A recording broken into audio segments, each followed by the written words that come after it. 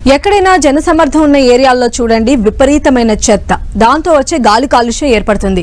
మరి రోజుకు కొన్ని లక్షలు, ఒక్క రోజు కోట్ల మంది వస్తున్న కుంభమేళా ప్రాంతంలో మాత్రం చాలా ఫ్రెష్ ఎయిర్ వస్తోందంటున్నారు. ఓ స్వచ్ఛమైన వాతావరణం అనుభవిస్తున్నట్లు కూడా భక్తులు చెప్తూ ఉన్నారు. ఇది ఎలా సాధ్యపడింది? అన్ని లక్షల మంది వచ్చిపోతున్న స్వచ్ఛమైన గాలి ఎలా వస్తోంది? ఈ స్టోరీ చూడండి, అది ఎలా సాధ్యపడిందో తెలుస్తుంది.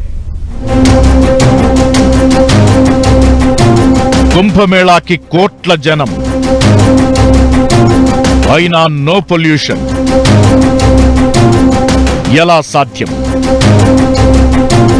ఈ ప్రశ్నకి సమాధానం జపాన్ టెక్నాలజీ.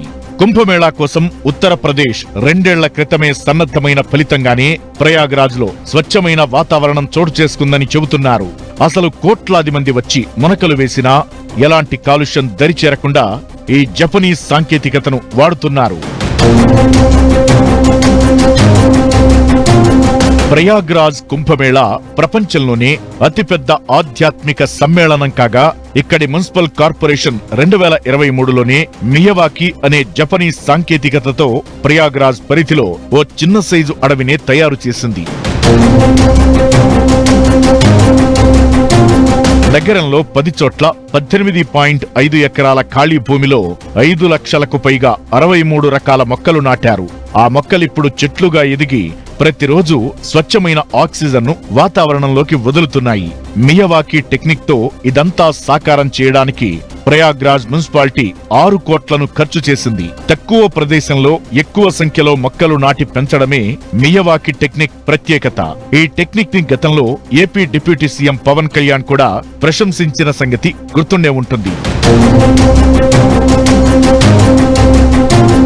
మియవాకిలో భాగంగా మర్రి, రావి, వేప, చింత, ఉసిరి, రేగి, వెదురు తదితర 63 రకాల చెట్లు పెంచుతారు. ఉత్తరప్రదేశ్ ప్రభుత్వం ఈ నిర్వహణ కాంట్రాక్ట్ ను 3 ఏళ్ల పాటు ఓ కంపెనీకి అప్పగించారు. ఈ క్రమంలోనే ఇక్కడి గాలి స్వచ్ఛత కలిగి ఉండగా చుట్టుపక్కల ఆధ్యాత్మిక వాతావరణం దానికి మరింత శోభని చేకూర్చుతోంది. మరోవైపు యూపీ మహాకుంభమేళాకు భారీగా భక్తులు తరలివస్తున్నారు. ఈ క్రమంలోనే 73 దేశాలకు చెందిన దౌత్యవేత్తలు ప్రయాగ్రాజ్ కు రానున్నారు.